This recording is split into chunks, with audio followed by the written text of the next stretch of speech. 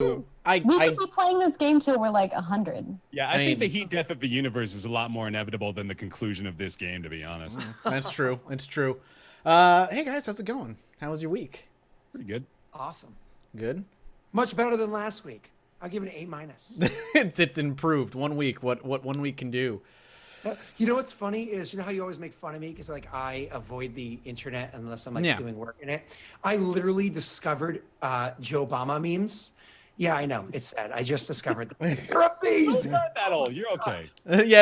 I'll give you that. Joe Biden memes are not like super old. That's kind of fresh shit, actually. You're kind of up to speed now. You're kind of like a mix match. You're like a mismatch. I found them like 3 days ago. That's fine. That's not bad. No, yeah, I'm serious. Like you're mismatched though because you have Joe Biden memes, but on the other hand, like in chat you'll type like pwned noob and like face palm and shit. From like 2006 when the 2016. This is a weird. The real question is, how did you happen upon these memes? My wife told me. It wasn't even your own doing. Yeah. Oh my god. She's a lot more hip than I am, okay? If you would come in here being like, hey guys, I just found Dat Boy. What's this fresh new meme? And then he's like, yeah, my wife. Let's be honest. What's Dat Boy? Exactly. He doesn't know what Dat Boy is. You don't know. Yeah, you don't. Everyone he wants to know. It's the only meme. Ignorance is bliss, my friend. Oh yeah. And we got. I feel like this is high school, and you're first teaching your friends about like meat spin. Oh yeah. Oh my god. Oh my god. I knew what that was back then. Not safe for work, people. Yeah, no, not at all. And Sam, what's it like out on the farm? Farmy. Have you like been plucking the corn out of the fields for Thanksgiving? It's not like one of those farms. It's like a farm that used to be a farm, but now it's like a farmhouse on land. But it's not. There's no like animals or anything. All right, Thank gotcha. God. Well, you attempted to stream from there. Did it work? Yeah, I streamed like 2 days in a row from here. Yeah, I was watching your stream. I was giving away blank keys. All right, I live in LA. Best I can get is like maybe 30 upload, right? Yeah. And this farmhouse is in like the middle of fucking nowhere in Oregon. Like the town has like one supermarket, one bank, it's like one of those places. There's no one here. And the farm is like so far away that like they don't even get their post. They have 100 up, 100 down. Yeah. Whoa. Oh, man. Like, Get wrecked, son. That's ridiculous. I know. So That's I'm just crazy. like, well, That's fucking awesome. Like, so when are you moving out of LA and off to Oregon? right? Yes, Jesus. No, I've been streaming off a laptop for the last 2 days. So that's Damn. You haven't dropped a single frame, right? not Unlike one. me. Well, we haven't dropped frames yet. Well, let's just dive into it. Scott, as always, give us a rundown. What happened last episode? Where are we now? And what are we about to do? Let's play some D&D. If we have to. All right. So, with the last week, it ended up okay. So it started with you guys having a conversation with Forston, where he was kind of a long stretch asking you to, or that was 2 weeks ago, kind of a long stretch asking you to do like a reverse bank robbery sort of a thing, but switch out a letter in advance. So 2 weeks ago, you switched out the letter, bumping into Zaris along the way. And, he dropped thunk. It was hilarious. Yeah. But you guys were overall successful with a little hiccups. Then it came to the actual bank robbery. You guys were able to get in there, put the chest inside the thing, taking a couple items on the way, and make your way out. It was, again, not without incident. I mean, there was a semi-brilliant idea of starting a fire off the way. So I pulled a distraction, kind of like 1.5 of the guards. The third guard that was behind was killed. You guys were able to get in there while Thunk, I almost called you Grauman, while Thunk went and got some backup to catch the rest of the Not all orcs are alike, okay, Dalric? Right? Okay, I'm sorry. Right. I'm sorry. Y'all look the same, though. You know what I mean? They do look the same. They do. They even have the scar on the left eye. Like, Yeah, right. That's Seriously. true. they're twinsies. That is true. Like, Yeah. what the heck? I don't know how that happened. Continue. Mine is still bigger. I'm just saying. So you go and get back up from orcs specifically to come and capture these thieves coming out. They report that a few got away. You're kind of able to deduce that of those few, 2 of them were in fact your companions. And but otherwise, yeah, you guys were successful. You go back to meet up with Forston again to get my monies, and yeah, he was nowhere to be seen. Everybody kind of panicked. Oh no, he's trying to screw us over, so on and so forth. You find out that he actually kind of had to go into hiding because while things were successful, even maybe too successful, there were some hiccups that laid breadcrumbs that could have led it back to him. So he needed to protect himself. So he went into hiding, and he's like, listen, everything, because it went so well, kind of headed off to the wrong direction. There is an innocent family, noble family, but an innocent family that is taking the fall for this, and we don't want them feeling the repercussions of our actions. So it's not like what we did was super awesome, but we don't want them to take the fall for it. So could you please go and help them out? And this is, again, a stretch of a request because, well, I mean, still hadn't paid you for the last and then asking you for this one. So I think there was a little bit of unease. Thonk feeling like he's a bit of a tool, which, let's be honest. And Wow. and you know, so there's a little apprehension, but you decided to go on the mission anyways, and I suppose hope for the best, and if the worst were to come to pass, you know, kind of figure it out from there. So this is where you guys are, having left that meeting and heading back to the whatever inn you were staying at the time, which is not where you typically stay. It's not the Broken Spirits. So you head back to that inn, and you discussed and you came to the decision, yeah, we're going to do this, but how do we go about it? So I think we're kind of picking up with you guys sitting around the bar again, because that's your favorite place to be, and discussing what your course of action is, so on and so forth. Now, we didn't go over, just because of time constraints last week, we didn't go over some of the details that you do have now. So, you know, I suppose I will deliver the details as they pop up, but let's get you role-playing a little bit. So you guys are around the table. You just, you know, swallowed something not so pleasant. It's a bit of a sour sandwich. And go ahead.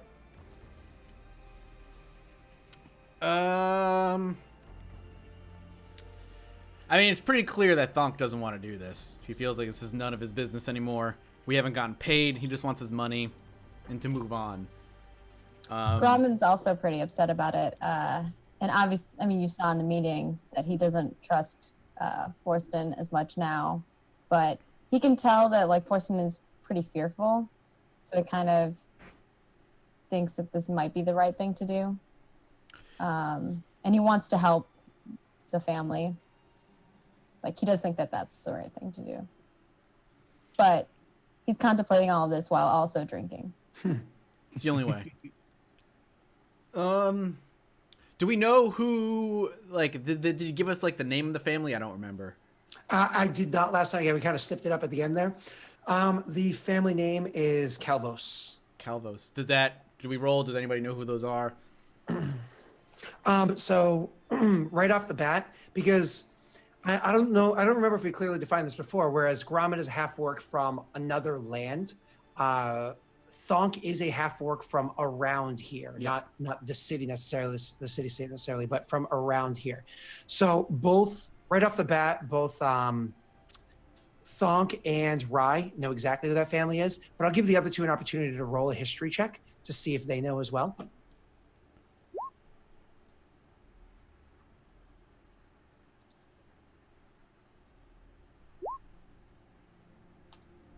Thank you. All right, so I'm like really surprised you rolled even that well. I have a -2. That is a pretty good roll. So it's not secret knowledge by any means. So the two of you would know this as well, though you wouldn't necessarily know all the details. So everybody knows that during the big war that happened so many years ago, a bunch of orcs came here and assisted and so on and so forth. Well, this is actually one of the families that put forward a lot of money to pay for those orcs to come in.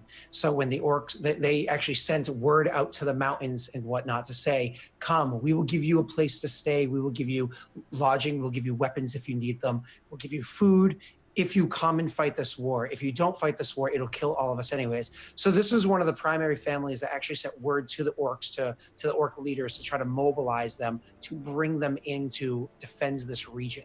And it is the Calvos family that did so. So they are the rulers of a small town named Black Hill. It's not a very large town by any means, but it is to the south, somewhat west of San. So, I mean, he kind of stands out to you guys because he's the one that brought so many. They're the ones that brought so many orcs here. They're getting kind of old though. And what kind of a attack are they expecting on this house? Like a huge attack, or? So, Forston had told you that he expects it to be a considerable force. When you guys had inquired about this before, again, you would have got more details when you inquired about it before. He did say he expected it to be a considerable force. As to who it is, he thinks just hiring basic mercenaries or thugs would be too much money, and it's not like they're going to open the doors and flood in a whole legion of like ninjas at you guys. So it's not like a ton of shadow masters coming at you, while there probably will be a good number of them going directly for the family.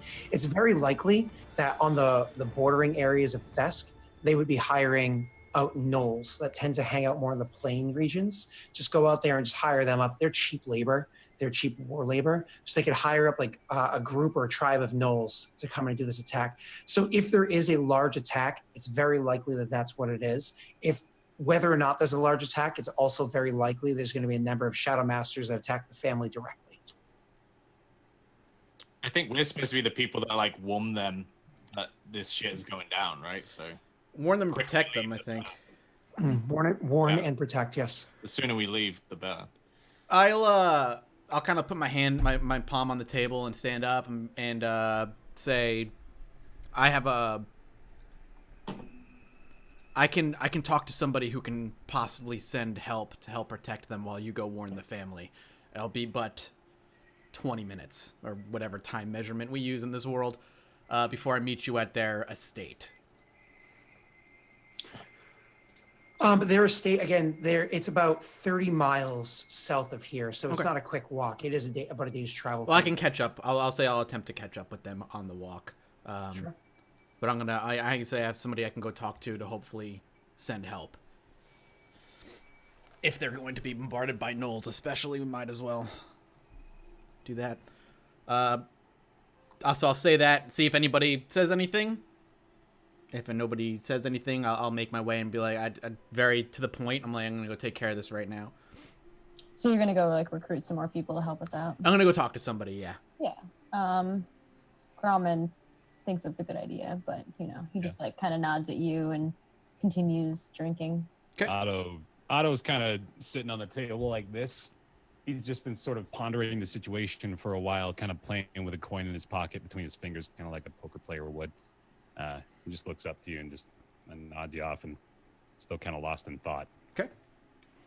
I think Rye is probably the only person in the group that like really wants to save these people, and that was evident when they were told. So her foot has been impatiently tapping against the floor as she waits for them to come to a verdict. And when she hears Thonk say he's going to leave and warn people, she just nods and gets up and just leaves the tavern. We all got so serious with this. This is great. as Rye's getting up, Grauman's like, "Are we leaving?" Rye kind of like turns around and like throws her hands out, like, "What do you think?" And then just leaves the tavern. Yeah, straight out the door. Grauman's gonna chug what's left in his beer mug and just like chug it, and then go and follow her. Chug it. Yeah, chug it. I don't know how long we've been sitting here, so I'm assuming there's quite a bit left. Otto's still just hanging out for a second and then realizes he's the only one there, sees Grauman leaving, and quickly gets up and follows. I was gonna say Grauman was gonna turn around and be like, "You coming with?" Picks him up by the scruff of his neck, carries Otto out. Come on, Otto. No way, he just picks him up in the chair and takes him with. Just here around with him. Otto hasn't left his chair since the first day. He's just been getting picked up and carried around everywhere. Especially in combat. Yeah. How am I supposed to reach people? Yeah. All right. So we're actually going to put the attention on you three first. So your direction, it seems like everybody just kind of wants to grab up their things very quickly, which I imagine you have them at hand because this is a very temporary location for you anyways. Mm-hmm. Oh, that's right. You were staying at Rye's place before. I just remembered that. My apologies. Yeah. So you gather up your things very quickly and you start heading out. Now, do you intend the three of you to head out directly right now? Or are there any things you wanted to grab along the way, stop by any shops, whatever the case may be? Or were you like, no, let's get there. It's 30 miles, and every second is a life that can be lost. Rye just wants to get there. Yeah. It's just a 1-day trip, right? So yeah. Gromit will kind of just do whatever Rye thinks is best, because she's pretty witty and he's not so smart. So unless you guys are hustling it, like really, really pushing it, you'll get there like tomorrow late morning, assuming you camp overnight. You can definitely push yourself or try to travel faster. It's made a little bit more difficult by the fact that you get Shorty over there, but you definitely can make it there by tomorrow late morning. But carrying him, camping can overnight. you make it there faster? It will be a little bit faster, so it'll be a little bit. A few hours early. Horseback ride. I give him the piggyback ride or the orcback ride. Sorry, now we've named it the orcback ride. That's Otto cheering that as he gets. As long as Otto back. promises not to read my pornos. That's all he does when he's up there. That's why That's why he loves so it much.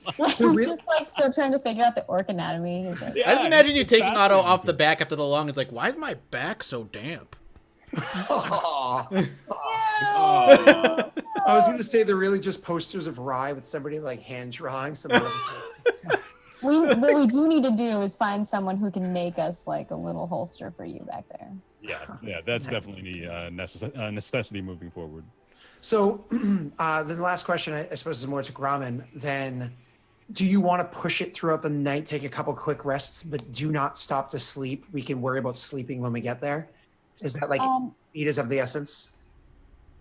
Gromit is totally down with that. It's more of like if Rye can keep up with him, then totally. She's through the gauntlet. I mean, Rye's gonna try. Might get the odd exhaustion point, but Yeah, that's fine. Rye's determined to get there. Awesome. And the funny part is Thunk's not going to realize this, so he's just going to walk at a leisurely pace. He's like, where are these guys? All right, so you guys you head beeline out of town and start heading straight to the town of Black Hill. So bringing the attention over to Thunk. Yep. Thunk, where is it that you're heading as soon as you walk out? Because you're the first. What time of day is it? Because that'll determine what building I'm going to, essentially.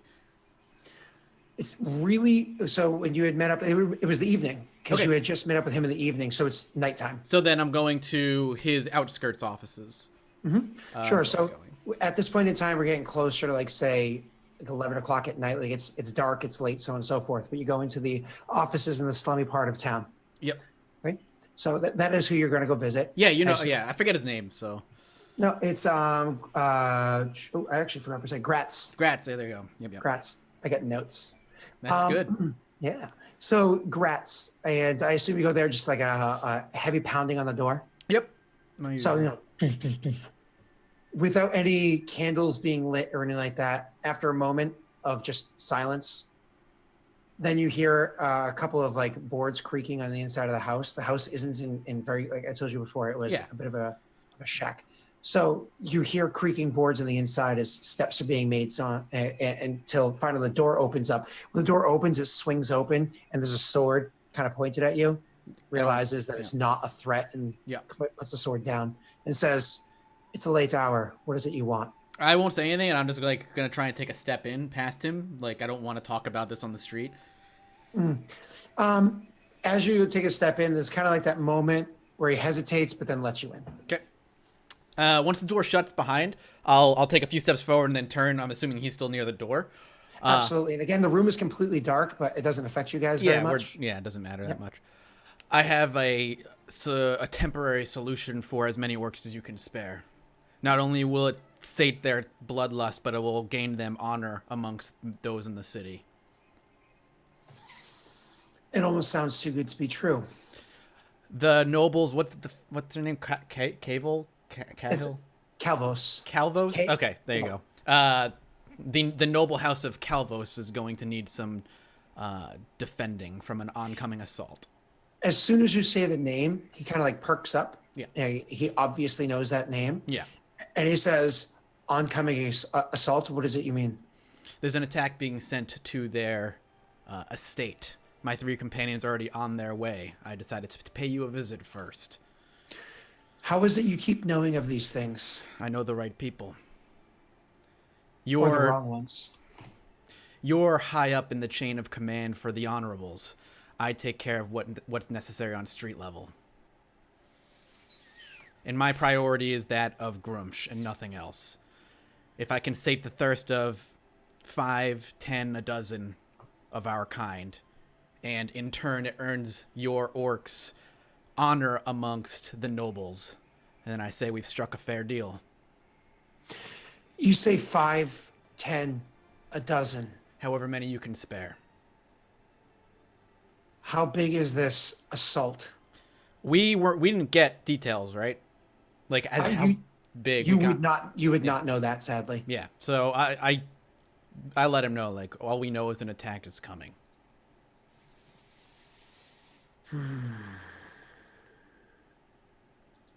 All right.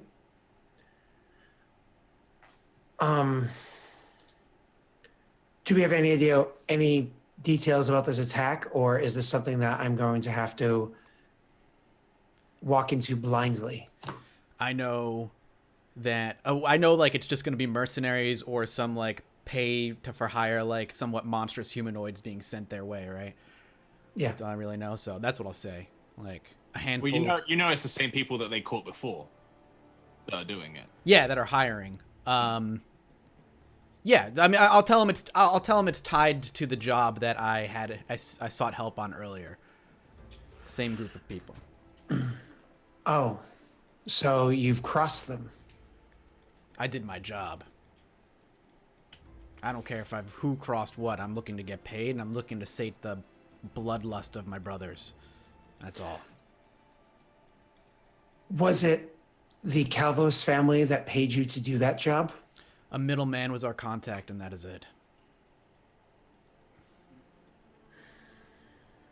And you don't know how big of a force you need? No. But I know if you don't send us any, it'll be me and my 3 companions, and that is it. And while we are talented in our own right, it doesn't serve the reason I was sent to this city. You think a dozen would be enough? It's a mere estimate. How many can you spare? To defend that family? Yes. Quite a few. Give me how many you're comfortable sending. I'll lead them. When are you heading there? As soon as your men can be ready. My companions have already started. So tonight. I have a question just out of character. Does 5e have like a leadership feat system type of thing? I have no idea. Not currently, unless it's in one of the newest books that came out. Okay. Because I feel like that would be like so good for Mathis's character. Oh, man. Yeah, so they've already left tonight. If your men can muster tonight, I'll begin their march tonight.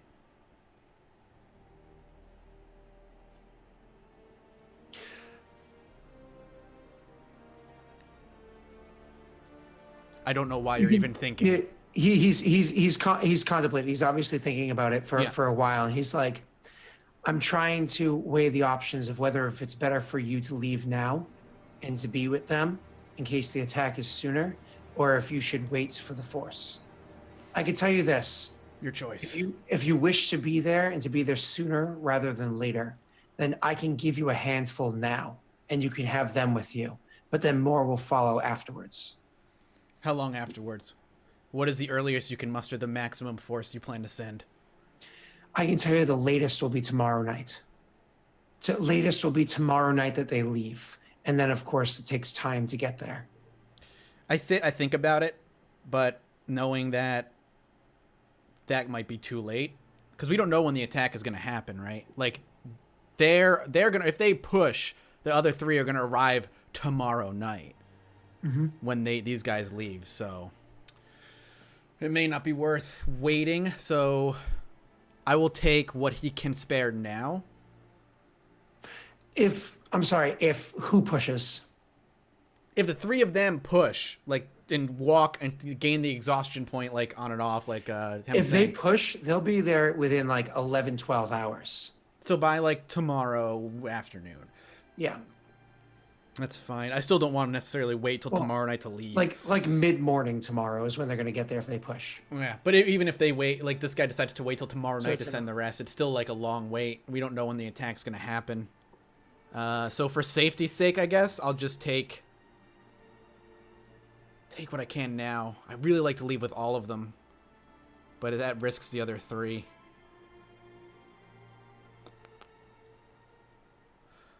I guess I'll take what I can now.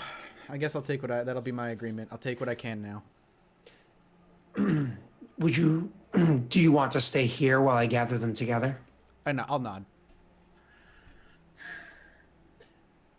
Give me time to get myself prepared. Make haste. He goes upstairs. You hear some clambering and whatnot. After a bit of time, he gets himself dressed and ready and whatnot. Instead of just having a single sword in his hand, he's actually in his usual garments that you see him in. And then, without so much as a nod or anything, he flies out the door. Just walks out the door with purpose and speed. And a little bit of time passes. I'd say about 2 hours time. When he comes back to the door, and he has 8 other orcs behind him. All 8 of them are full-blooded orcs. Okay. And nice. all 8 of them, he says, they will follow you now, and they are willing to fight, and they're willing to die for that family. I nod, and I'll reach out for a handshake for this guy as a respect, and then I will look to the group, kind of like look each one of them in the eye very quickly, and then walk past them and start walking, expecting them to follow. When you do the handshake, he says, bathe the earth in Grump's name. Yeah, I reply with another Grummish thing. Yep. And so you head out a few hours after your companions. So the 3 of you, as I had said, you're just going to push yourselves as hard as possible, yes? So let me just check one thing real quick, because I'm pretty sure Gromit and Rye are both rather tough. So Gromit's rocking a 14 con, and Rye is rocking a 14 con as well. Yeah. Addo is a bit of a hindrance because of how tough he is. So why don't both of you guys make me a quick con save?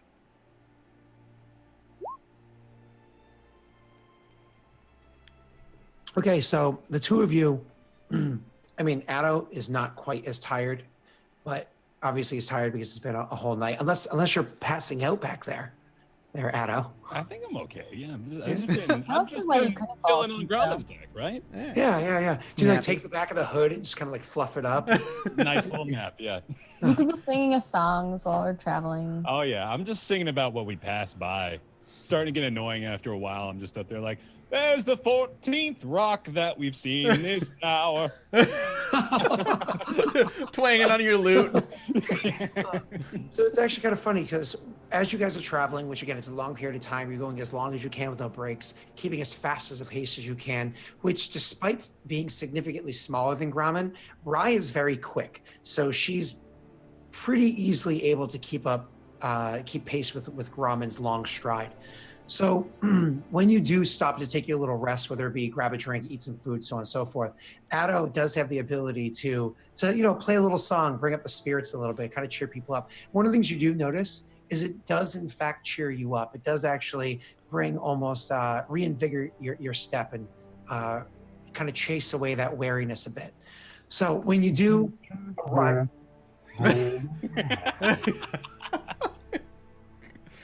Otto starts to sing about Grommen's bar fight from a few nights ago. Oh, the big strong Grommen took the human by the head and he smashed it in the ground, and now that human's dead. That's so good. That's so good, nice. Oh, that's amazing. Gromit loves this song, and he's like jotting it down in a notebook, trying to like remember the lyrics. Oh, this is so good. So you said Gromit was jotting it down in a notebook? He's like trying to write. Yeah. Yeah, it doesn't even make sense to him. Like he can't even read it. It's like pictographs. Stick figure pictographs. Oh, that's amazing. So the 3 of you are able to get to the town of Black Hill the next day, which the 3 of you are able to get to the town of Black Hill the next day, and when you arrive, the way the town is set up is there is a keep that actually sits at the top of a hill. It's not in fact a Black Hill or anything like that, but Sorry, 1 second. That is not what I wanted to press. So there's a keep that sits on the top of a hill, and that all around it is a bit of a small town.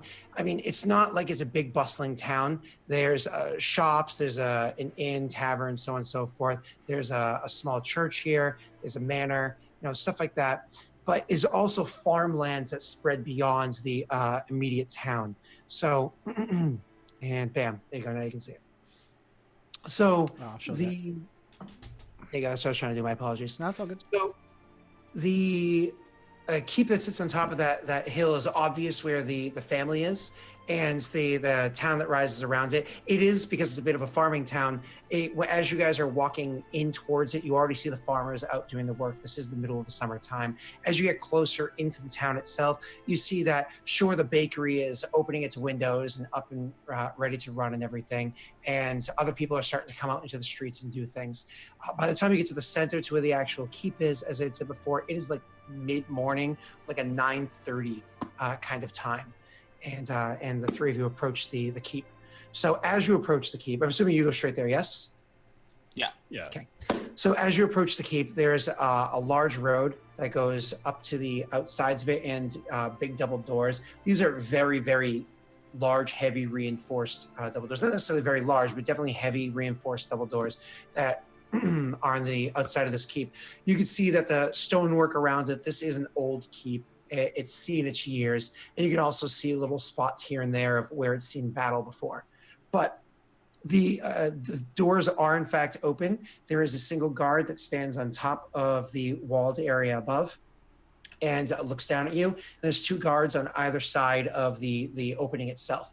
So as the three of you are walking up to the thing, one of the guards steps forward and in the middle of the road and says, "Hold up there. What is it that we can help you three with?" Rye is at the front, and she kind of throws a hand back to the others, and she says, "Hi there. Kind of need to see the family immediately about some serious stuff." Yeah, serious stuff. He sizes up the fact that there is a demon, a half-orc, which is not that bad, and a halfling there. And you can clearly tell that he's looking at you guys in a judgmental way. And after Rye says that, and then Grommen repeats the serious stuff, he then turns to Grommen, clearly the best person amongst the group to speak to, and says, "What stuff," so directly to Grommen, "what stuff is it that you need to speak to the family about?" It's for the family to know first, but very important stuff. Rye's visibly frustrated because this is like the story of her life. Where she goes to speak to like humans, and they're like, let me speak to someone else because you're a shitty teeth. And she just kind of like throws her hands up and just like stands behind Rowan. Also, you probably hate that he's talking to like the dumbest person too. That's also true. So he's like, "Well, I'm a second cousin only once removed. I'm family." Otto sees that this is going nowhere fast, actually steps up real quick. He's going to go ahead and cast the Friends Cantrip on this guard. Oh, okay. He says, Oh, yeah. Here we go. "Listen, friend, I know you're very busy here. As the second cousin of a very important family, you must have tons to do, many responsibilities. Why not just go ahead and let us through? We're wasting your time here. We won't be long." So roll me with advantage your persuasion check. Okay. And Grommen's like supporting him because Grommen agrees. He's like, "Yeah." Oh my god, that was amazing. That was incredible. Oh, wow. Yeah. All right. So after he goes through that, and Grommen says what he says, he's just kind of like, he, understands that maybe this is more important or over his pay grade, whatever the case may be, and it's kind of like, yeah, it's probably a good idea. Why don't you head into the family? Why don't you head on in? Nonsense. So when you go walking into the, when you go walking, you're welcome. When you go walking in through the first set of double doors, you walk immediately into large area. Like I said, the first set of doors were open. The second set behind that, those were closed. But in this area inside here, there are 2 more guards that are sitting at a table that are playing cards with one another. And they kind of were watching as there was we'll call it dispute outside. Once that's resolved, they just kind of watch you guys as you walk over to the next set of double doors, which are in fact closed, but don't say anything as you walk up to them. I imagine you just pull them open. Yeah. Sure. I think we walk with purpose. Sure. You pull open one of the doors and you're walking in.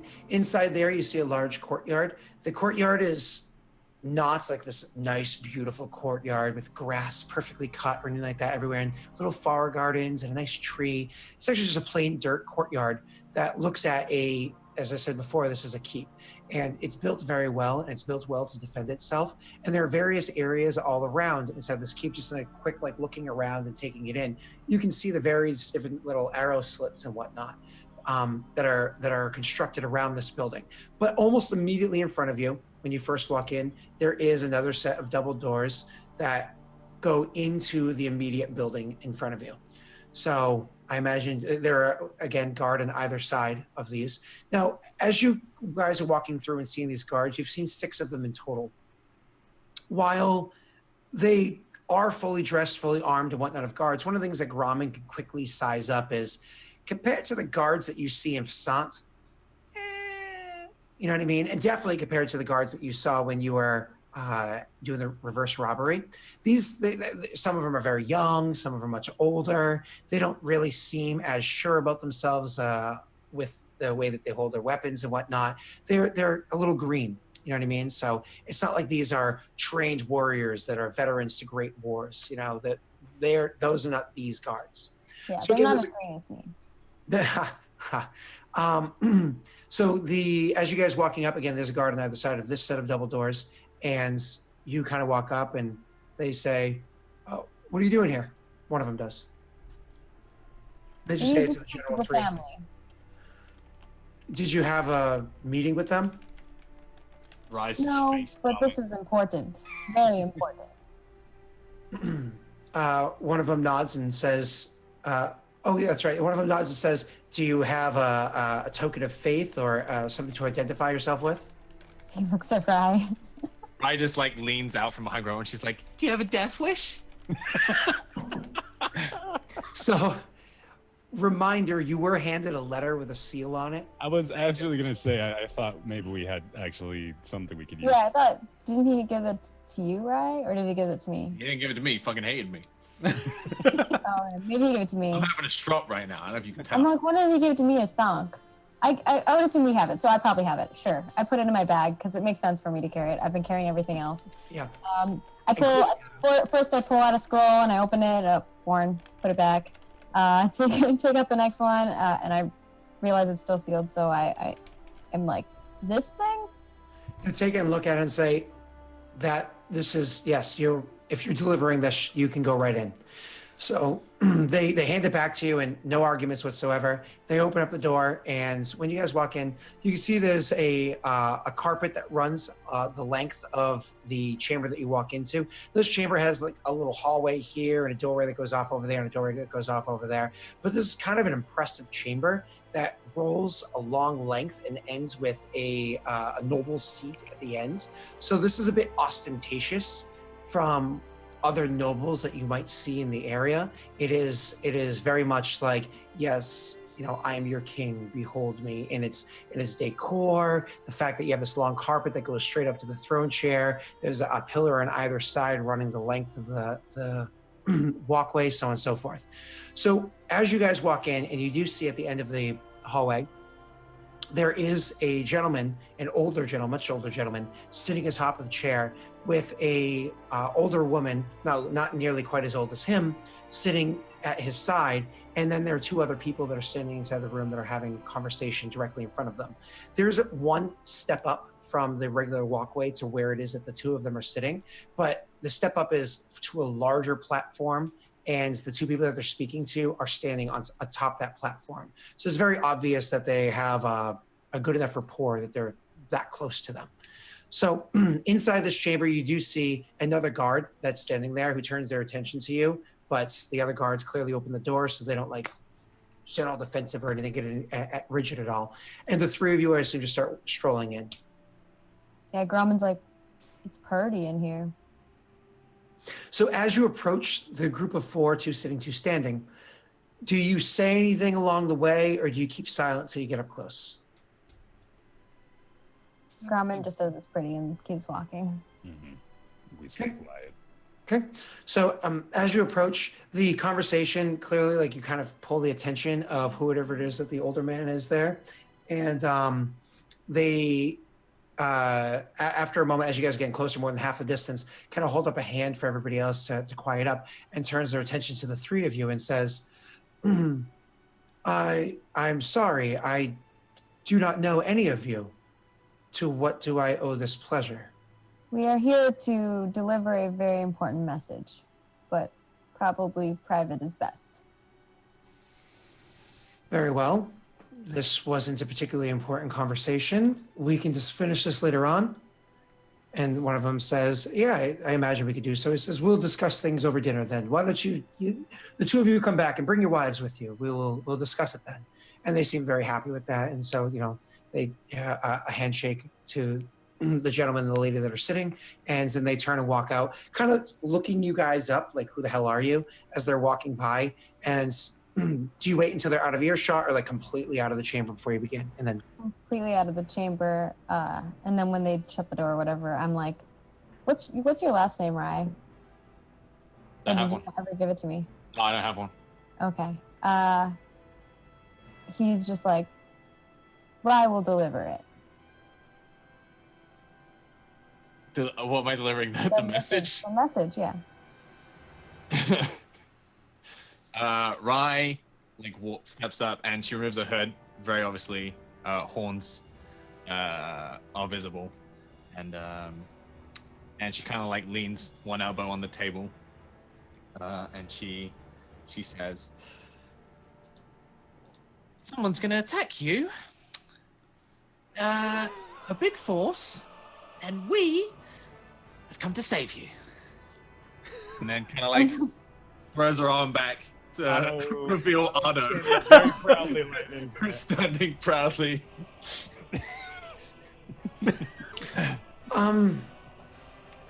I'm sorry, but this does seem as though it's a bit of a prank. Are we being serious? Did she say it was a prank? Give him the letter. He does. Yeah, yes. I hand over the letter. This is not a prank. This is not a fake drill. This is real. Yeah, it takes the letter and without even regarding it, just takes it into hand and just says, "And why is it that we're being attacked?" Otto's walking around in the back, kind of out of earshot. She thought it was a prank? I was just read it. Looks it down, It's just to the letter. sees the seal, regards it. It's like obvious recognition. Cracks the seal, opens up, and reads it. You can see, somewhat through the parchments. It's a very short letter. It's not very long at all. And after reading it and then handing it to the lady sitting to his side, he says, and while she's reading, he says, it simply says that our lives are in danger, and to trust the four of you. I'm on my way. I'll be there in a little bit. We have Right, others just kinda coming. Motions to Larry. She's like, exactly. I'm going to take this seriously. This is obviously not some sort of a joke, but the fact that it's, I suppose, four of you that are supposed to protect us with a large force that's coming in, what exactly is happening? I was having a discussion about the amount of wheats that we're going to be taking in and how to prepare for the winter. And now you're telling me my life is in danger. This is a bit of a step. What is it that's happening? Explain. Otto kind of under his breath just goes, well, no, we really just walked 12 hours to say it was a prank. That's all it is. That's all we're here for. No, we're not real heroes. It's just a prank. just a prank, bro. Just a prank. Says the person who didn't walk 5 steps. You didn't walk any steps. I walked you. I carried your ass. He got to sing and nap. but collectively, yes, the walking occurred. Yeah. Grumman, go ahead. Go back. Sorry. Good. Grumman's like, I do not know details, just that we must save you. This comes from a friend. He's like, not sure if he should use the word friend. Well, when you say that, when you say this comes Friend from, Forston. he kind of thinks from it. He's like, I'm not sure who your friend Forston is, but I know whose seal that is. That is in fact my son's seal. So, what is? Rye kind of leans in while he's mid conversation, and she's like, "Have you heard of the Shadow Lords?" And you can see like not only a wave of recognition, but there's a lot of emotions that kind of happen at once. Now, this is a noble and an older noble. He's been in the court a long time. His body makes zero expression changes whatsoever, but you can see in his eyes many different ranges of emotion kind of come over him. And so after a bit of a long pause, he responds and says, "Yes, I know of them well." Right. Well, someone did something to anger them, and you got the blame, and now they're coming here, and we're here to protect you. Yeah, that's right. I don't remember all details, okay? I'm assuming the three of you, or four, wherever the other may be, I'm assuming you know a little bit more than you're letting off. So I'm just going to ask, do you know anything about a small chest? Grumman's like, Come on, bluff rolls. Don't fuck it. Grumman looks at Ryan Otto. Because he's kind of Otto- weird, and he's like, oh shit. Otto, I think, is going to attempt to deceive and say, no. What are you talking about? Yeah, nope. Roll your deception. Roll your deception. Love sir. Gromman's immediate reaction once Otto says no. He's like, no, yeah, no. Relax, relax. It's a hell of a good roll. So, Otto says, nope. Now, the other two of you, you're not actively lying, but you still kind of have to go along with it. So roll me a deception as well. How? Oh. I got 5 in deception. Oh. Grumman roll. Grumman's like, nope, no box. That's me every episode. Oh,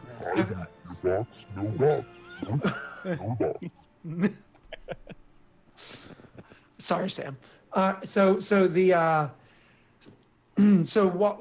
As Adam's responding, he says, "Okay, never mind the fact that I said that. There's a force that's coming to attack us. I accept this. There are 4 of you. The 4th one, I assume, on their way, are supposed to protect us from those that are attacking us. And you tell me it's the Shadow Lords that are attacking us." Yeah, and like 4. Hopefully there's more. He went to get some more, so maybe more than 4. Your guys seem a bit green, but there was about 7, so they can, block an arrow. And I don't chuckles a little bit after he So- hears that. Grumman is also a little, like, trying to hold back chuckles. So whereas he was starting to warm up to you guys and warm up to the idea, because at first he just thought it was ridiculous, and so he was having a hard time processing it, but he was starting to come across to it. All of a sudden he realizes the cheeky joke that Rye makes about one of their men taking an arrow for them, and his face just falls. He's just like, and you disregard life that easily? Rye leans in really close to him, and she whispers, "Do you want to die?" I think this greeting has happened. Because I don't want you to die. We met each other poorly. I understand that you're here to help. You're telling me there's a force coming. I appreciate the fact that you're here and that you're going to assist us. So why don't we start with this?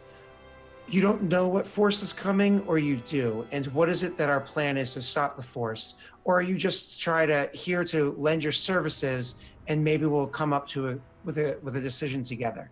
What is the course of action from here? I'm walking blind right now. I think what my friend is saying, he looks at Rye, is that he didn't mean offense. But I mean, come on. I could probably take all of these guys. We're here to help you. We got this letter. I don't know what the letter says, but we were told to come protect you, and we're honoring our word. And is not a word honorable enough for you? He opens his mouth to respond, but before he raises his hand to open his mouth to respond, and all of a sudden her hand kind of comes up and places it on his, like interrupting him just as he started to speak. And she says, clearly, just by the look of you, you are adventurers. I'm assuming you make your living by going around and resolving other people's problems and saving their lives. That being said, we are not only pleased that you have decided to come here and assist us, we are honored that you would choose to take such a job to do so. We don't know how it is that you know our son. And if my husband seems a little upset, it's because we haven't spoken to him in a considerable amount of time. And then you're showing up with this news and a letter from him that's very brief. So I do apologize if things are coming off funny. Brief is good. What'd you say? Brief is good. In matters of war, things need to be fast. Yeah, we like things short around here. Exactly. It goes right over Grauman's head. He's just like, exactly. It's a long toss, Adam.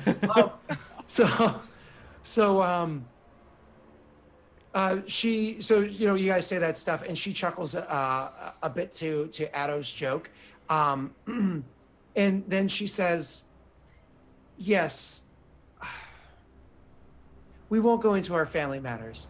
Again, I want to extend our thanks and our appreciation that you're here to do this. So as my husband was trying to ask you, but to say it in a more polite way, please come into our home. You seem wary. Clearly you've been on the road for a while. There are bags under your eyes, and I can only imagine you're both thirsty and hungry.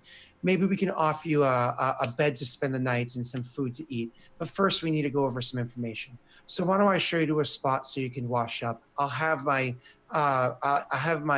kitchen make you something to eat very quickly, and we'll sit around and you can explain stuff to us. Is that okay? Thirsty. Grauman likes us thirsty and points at himself. And she nods to that and says, well, we will gladly pull up a nice big a glass of water for each of you to wash away the road. And would you like to wash up first, or should we just get to business a little bit more quickly? Grauman's like, water? What is what? I'm sorry, you prefer something a little stronger. That's fine. Would you like to wash up, or would you like to come to the kitchens? Ryan nods at the idea of washing up, but she turns to the woman and, a lot less jokey, she's like, "Miss, you seem real nice. So, no more people in or out, double the security, and then we can go to the kitchen." We'll have that taken care of immediately. And to which she turns to the one guard that happens to be inside the room with you, inside this chamber with you, and says, "You heard the lady. Take care of that immediately." And he nods to that and immediately walks off to actually out the doors that you would come in, and goes to take care of that. She says, "That's being taken care of. Now I will lead the way. You follow me and get yourself washed up. And then after we're a little bit more relaxed, once the tension is cleared a bit, we will discuss these details." And she leads, unless there's anything else you want to do, she leads you off to show you a place where you can wash up very quickly. I imagine nobody's drawing themselves a nice long hot bath or anything like that, but a quick wash up and so on. That was Otto more hops up in the Adam. sink and, takes care of business. Grauman doesn't wash up. Grauman goes and tries to see what the security is that they try to help out with, and he's gonna check on that. He doesn't need bath. It's this bath thing. And Rye? Right gets a cold splash of water to the face, and just a little bit of freshening up. Okay. I assume a different bowl than the one that Addo's using to freshen up. Yes. Yeah. Okay. Otto So can be heard singing songs about how the lady thought it was a prank at the start, and he's still very, very pissed off about that. to be fair, it was the gentleman that thought it was a prank. Oh, So sorry, sorry. the two of you are washing up or whatever, and we'll meet back at the area where there'll be some food and some drink for you in a moment. But going to Grauman, Grauman, you see that outside they do in fact follow that order, and they get everybody armed and armored and dressed up and prepared. And what comes out, and I imagine you even say something to one of them, like, what kind of men do you have here? Something along those lines. So assuming from this one guy that you saw walk out of the room, he tells people to line up for you to see them. And so whether they be up at a wall with an eye shot or down below in that courtyard area, you see the total of 16 men and women. There's 2 ladies in there. A total of 16 people armed and armored after a period of time, getting themselves ready, standing before you to be prepared. They have different, so almost everybody has a shield with them. A couple of them have bows. Those are the ones that are crossbows. Those are the ones that are up on the parapets up above on the walk area. And then the rest of them before you, they all have a sword or axe, a shield with them. And looking at them, judging them, again, the older ones look like they've probably seen some combat. But when I say older, I mean like older. And then the younger ones seem like they've seen little to no combat, but probably have been formally trained. Okay. There are very few there that inspire a lot of confidence. One of the things that you do see is 2 of them are in fact half-orcs. One of the women and one of the men are each half-orcs. So that, I suppose, inspires a little bit of hope for you. But overall, it's kind of a ragtag bunch. All right, I grouped them up. I put all the archers on the top, and I put one of the half-orcs with them to like help command them. And he's like, fire when she says fire, and never else, unless someone attacks you. Then you fire them, of course. And then he Just keeps introducing all these caveats. Yeah. and then he Like, you guys And also, also- you might as well take the shot too, right? But he takes the group of the other people and he puts like he tries to like mix and match them, so there's someone with experience and someone who's new, and like he puts them in groups of 4 or 5 together and kind of is like, you fight together, and he like puts them in a formation and he like shows them like how the shield person goes first, and the people on the sides that are with their axes kind of like axe around the shield, and the person behind is like stabbing with a spear, and he's like trying to explain how they work as a formation, and he makes the other orc command them. So while your character is not very bright with your, I believe, 7 intelligence and 8-ish or so wisdom, your character actually does have a way with words enough to express what it is that you're trying to say. So these people are in fact listening to you. You carry yourself well. They are listening to you. Your explanations are sadly a little too complex, explained in an oversimplified way for just in general simpletons. So while you're trying to explain your innate ability to be good at some sort of phalanx fighting and structured fighting, they're just kind of getting a little confused. That does kind of go over Grauman's head. However, the person that went out there to initially give these orders and line them up for you, seeing that you're in charge, he does step in and say, I will work with them to make sure that we are doing what you're asking. But I do have a question. This is all of the people that we have to defend the keep. There are a few more that we have around the town. Should we pull them to the keep as well, or leave them there? And what about watches? Do you want everybody active now, or should we do some sort of turns? Watches. As far as the city, don't you have people living there? I think you'd want some people protecting them too. We have, I believe I'd be liberal in, he's like, I believe I'm giving them some big credit here in saying there's maybe a dozen more out there that know how to handle a blade. Oh, So, just like a dozen? That's not very many.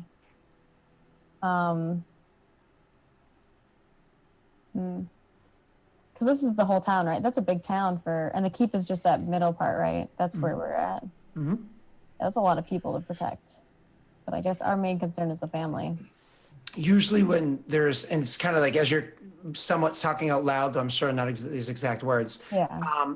He does say, usually if in times of strife, we are able to call upon Fasant to send their men to us, and we're able to quickly train and so on. And we can call to others to pull in, but we don't generally have issues here. The orcs, no offense, that live in the mountains, they don't attack us. Even if they're those that don't agree with our place here, they don't attack us.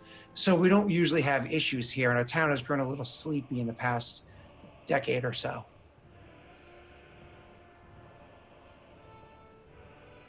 He explains this all to Grommen and then sees that most of it just kind of like... Yeah. Grommen's like, And it's just like, again, I tell you, what you're explaining, I'll make sure that they do a good job, and there will be watchers. Thank you so much. And he, goes to shake your hand. Grommen goes further. Like, he doesn't just grab his hand, he grabs the guy's elbow and like shakes his whole arm. Nice.